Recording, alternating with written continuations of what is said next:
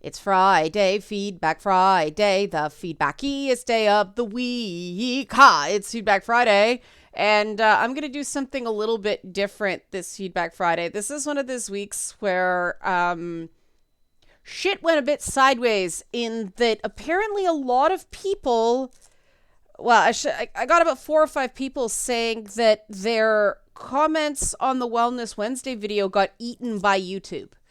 And I don't know if it was because of the words like hurt, pain, stuff like that. I don't know. Like, it was the actual topic, right?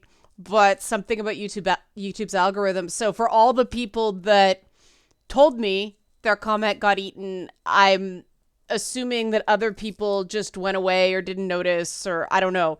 So this is going to be a bit of an off week in comments because of that. But there was also sort of a greater idea I got from reading comments on other things. And I sort of have a greater theory of trying to get kind of everybody's thoughts in on the various different topics. And I've come up with a concept.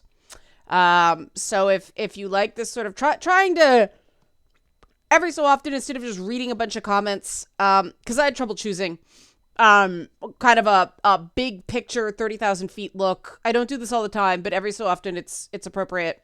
Help support this channel. Become a monthly patron, patreon.com/Leanna K. The patrons yesterday got a bit of a behind the curtain thing about what's going on with the boss fight game and some of the good challenges we're having related to the increased scope that came out of the successful crowdfund. So good problem to have. Happy joys. The theory I'm kind of working on, and I like to workshop these theories on Feedback Friday to see what you guys think because it's the perfect forum for it. The idea of a shame economy in discussions. It's not just social media. It just seems to be people in general. The idea that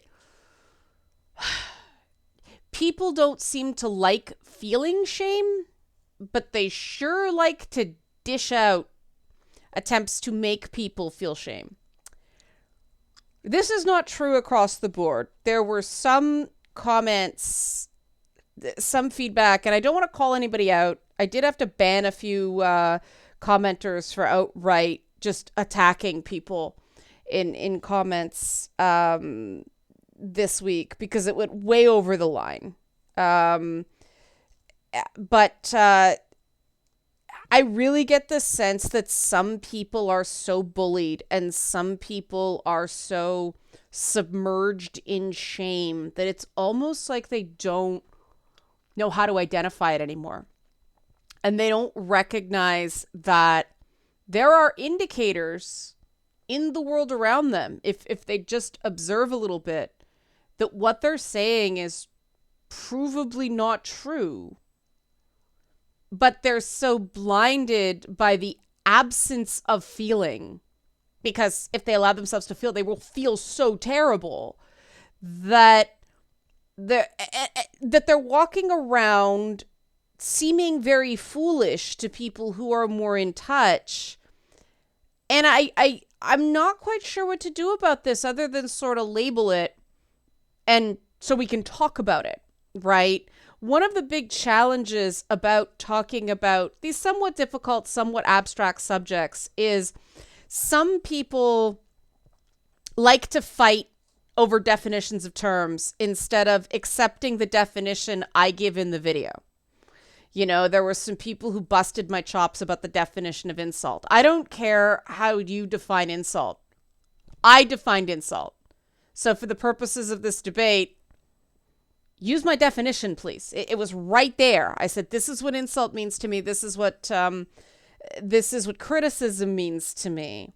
And there was this idea of, oh, guys just insult each other. That's how they show they like each other. And that I consider that one trash talk, just to show my distinctions here, because what's the difference between, as I said, kibitzing or, you know, trash talking your friends and actual insults?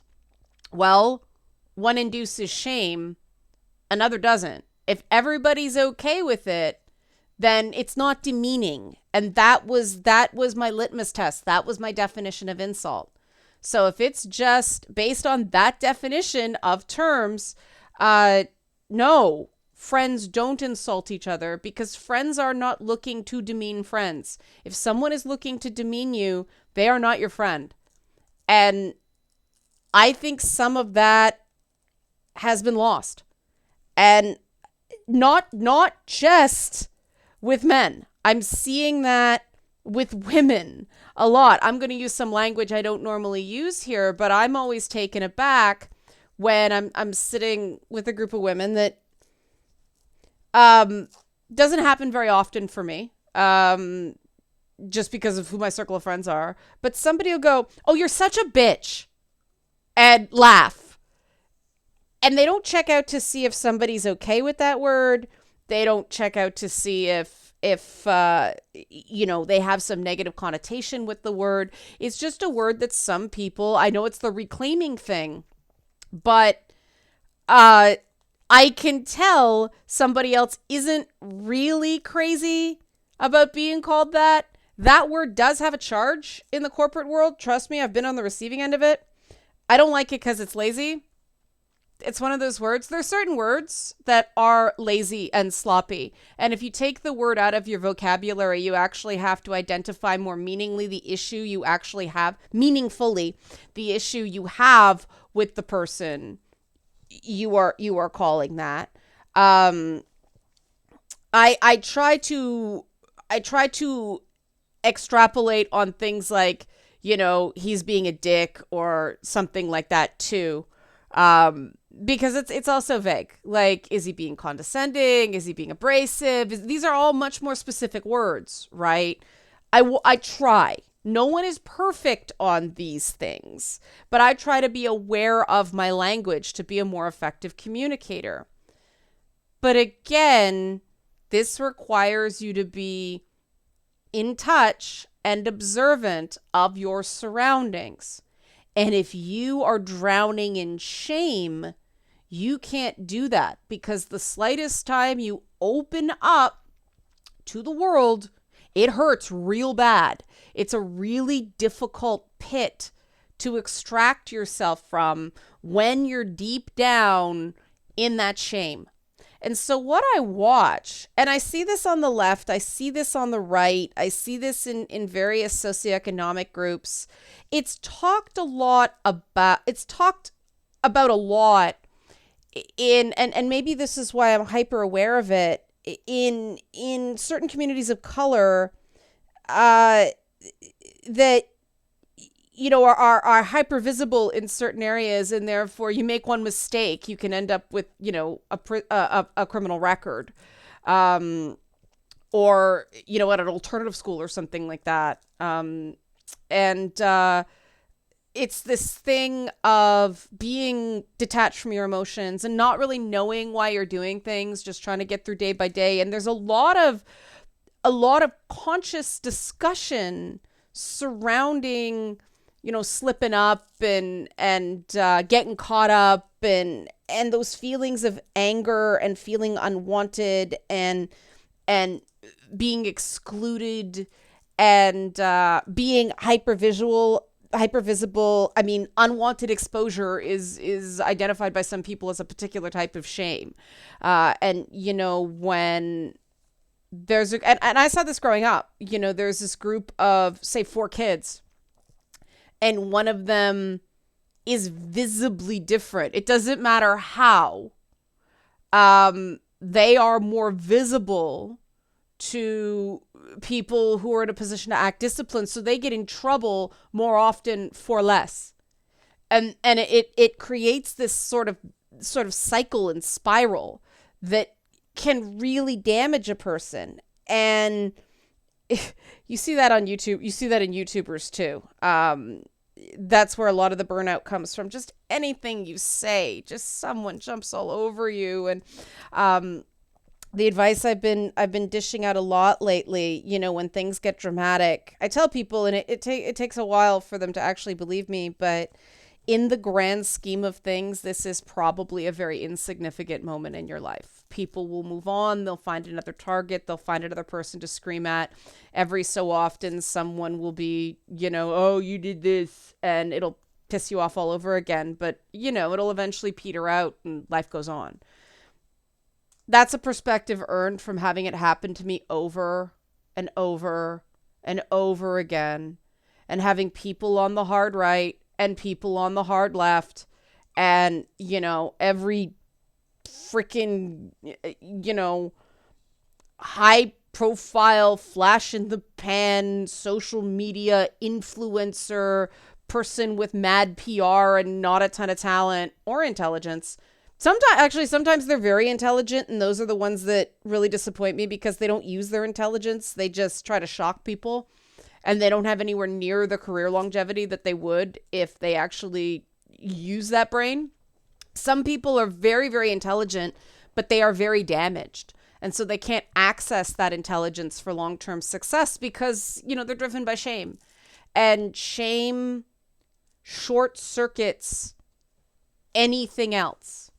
And what I find is shame becomes an NFT, a no fun token, right? People are so...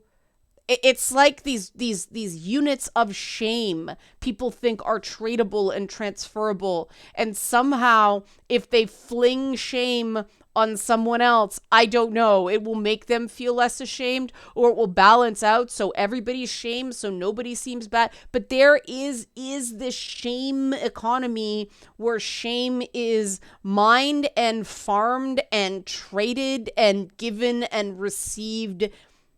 And it's really something to step back and watch it. When you're in the center of it, it's hard to get perspective because everything's coming at you so fast.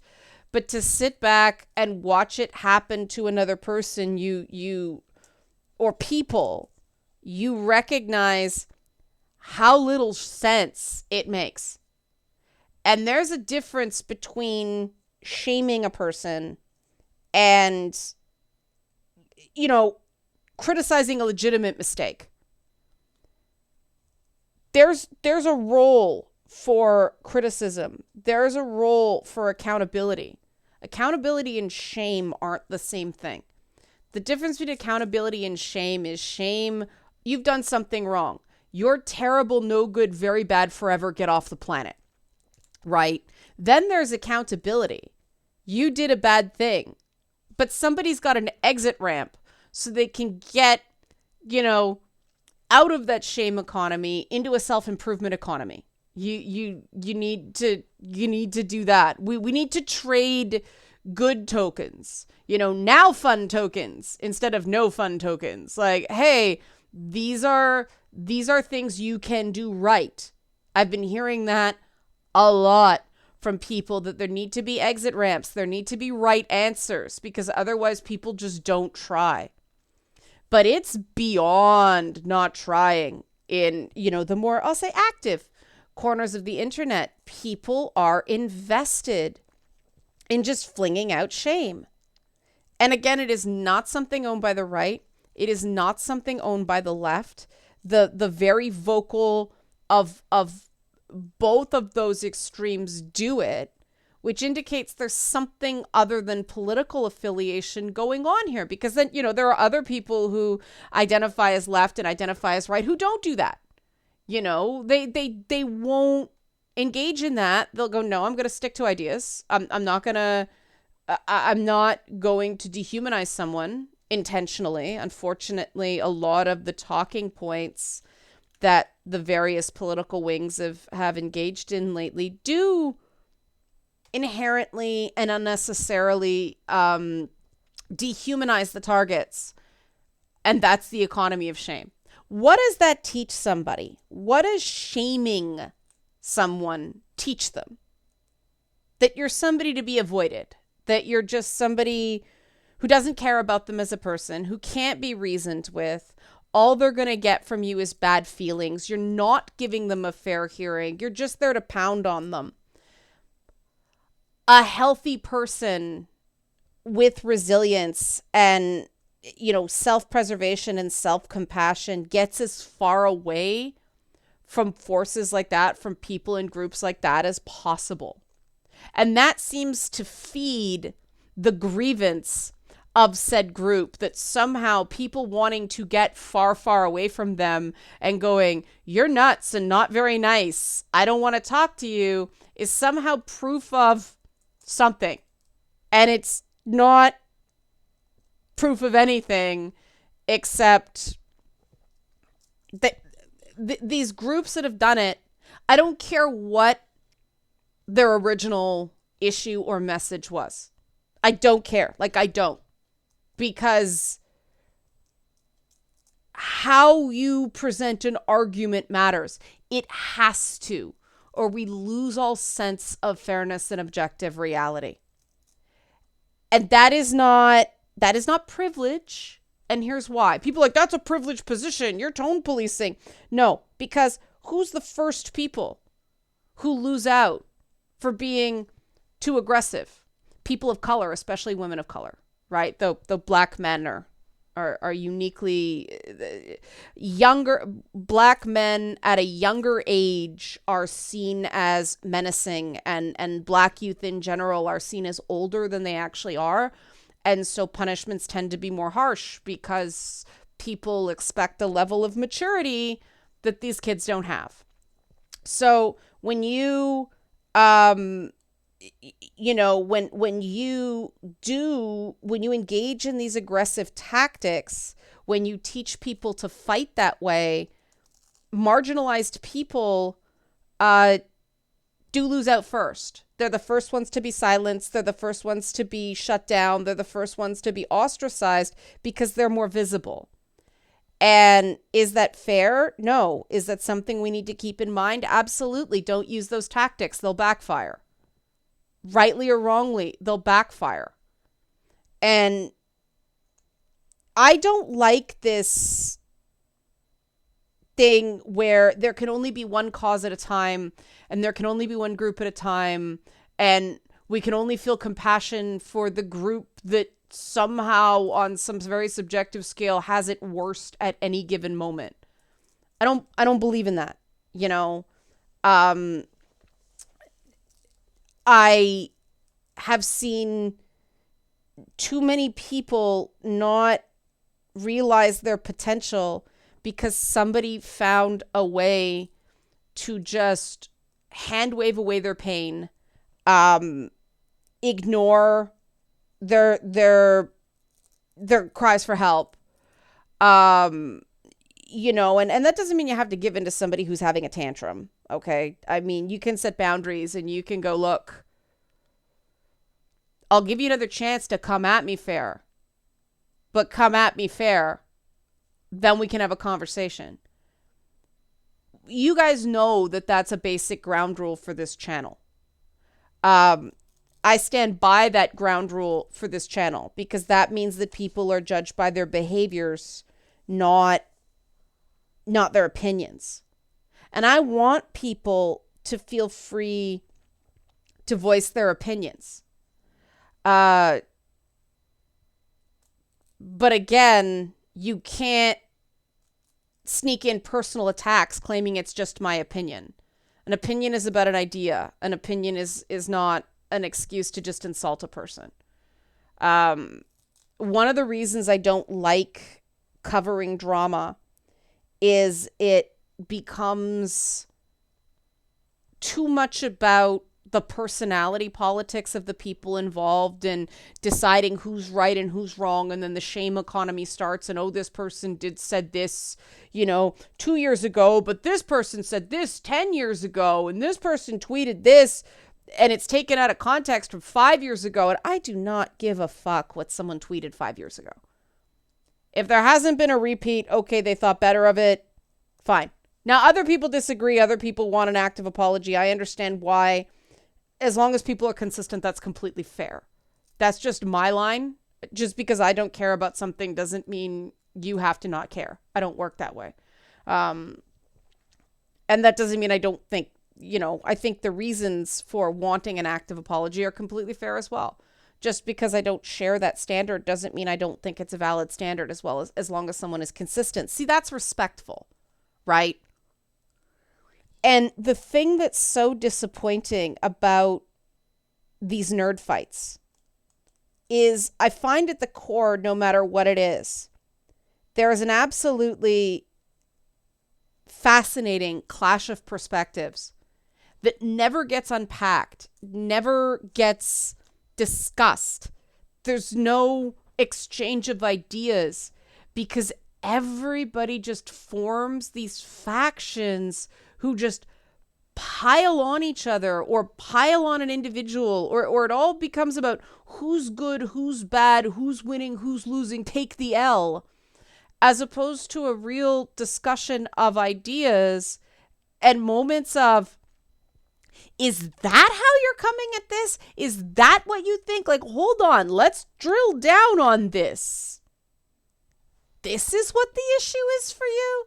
Because a lot of the times when I hear what an issue for somebody actually is, it's like, can we examine that for a second? And of course you can't in a group setting, because the minute something becomes the slightest bit shame inducing, those people who are, they might just have their head above water and they start to feel shame, they start going under, they lash out and they throw out an insult and they throw those shame tokens all over the place thinking it'll get their head back above water. But that's not what happens. What ends up happening is they recognize to themselves, they don't admit it, but they recognize they were cruel. And that causes more shame. And so they sink and sink and sink and sink and sink. And they end up in what's called a shame spiral, in that they keep doing behavior they're not proud of, antisocially trying to reduce the shame by offloading shame. You can't offload shame. You can only process shame. It doesn't work any other way. And trust me, I get shamed a lot. It's really interesting to me how many people maybe weren't around or have forgotten some of the stuff I was subjected to years ago. I'm glad that's been forgotten. But some people talk to me like I don't necessarily understand or can't relate what it's like to be publicly shamed. And I've been going through that since I was 12 years old and a competitive dancer, and being called fat on, they used to do at the dance competitions, they used to talk onto tape while they were watching the performance. So you hear the music in the background and then the judge doing sort of this running like DVD style commentary. Oh God, that's a dated reference, isn't it? But some of these adult men, it was more often men than women, I don't know why, but would point out the weight of a certain dancer. And sometimes it was me, because I was one of those people, you grow out and then you grow up. That's just the way I developed. And some of the out stayed. Joke. But yeah, you'd hear that. And then the teachers would play that for your dance class. So everybody heard that teacher call you fat, or that judge call you fat, and there's a presentation mark. There's an appearance mark. 12-year-olds, 13-year-olds, 14-year-olds, at that age, you cannot necessarily control what your body's doing. And they did this to teenage girls. Real healthy. So, that was going on. And then with television, when you're a woman on television, especially anything that's even remotely fun or cute or cathartic, holy shit, you're called a bunch of things that are not complimentary a lot. For some odd reason, there's just this like much greater spectrum of things, at least when I was, on television, that you can fling at a woman. It's not the same. It wasn't the same for men, because, promiscuity was not considered a bad thing for men the way it was for women. And people tended to use any display of sexuality as a proof that you didn't get your job fair and square. You somehow seduced a man into giving it to you. It really sucked, and there was nothing you could do about it. It was just something they could fling at people. And I got through that. Then you get on the internet and, you know, different things are going on. And you have to learn these increasingly complex and ever evolving arithmetics of shame, the algorithms of the shame economy, and the latest thing that they just fling at people, you know, without evidence, grifter or liar, or, you know, all these things. And it's amazing to me how many people take the bait with that stuff. I mean, I did a stream on Monday, Robert's stream, and there were moments I'm like, hold up. We don't have to defend against these accusations. The people making the accusations have to provide evidence of the accusation. And until they do that, we don't have to say a word. They have to make their case. Otherwise, we're just getting down in the muck.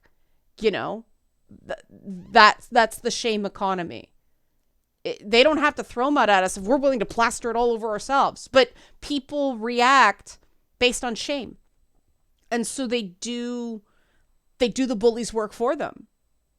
And that's something I think we have to watch. One of the things that, you know, listening to commenters has taught me is sometimes it's just better to take a hit than to try to defend myself, because I'm not spreading muck on myself, right? That's one of the weird things about the shame economy, is the way you win is by not flinging things out, by taking the high road, because there's this quiet or silent majority of people who just want to feel safe, who just want personalities that they can come and listen to and not feel attacked, not feel shamed. They want examples of people who know how to navigate this stuff because they don't know what to do. They're just scared. And I'm far from perfect on that. I'm misconstrued a lot too, but that is something I've learned from listening to people, and you can only listen if you get over your shame. And that was just a short version of the shame I've experienced in my career. Oh my God, I'd be here for 4 hours. Just the Cole's Notes version, another dated reference. But yeah, interested in what you guys think about it. There've been a lot of really great insights on this topic this week, and I want to keep it going because I think this needs to be talked about. So let me know, interested in your thoughts. Help support this channel. Become a monthly patron, patreon.com/LeannaK. Thanks for watching. Have a great weekend.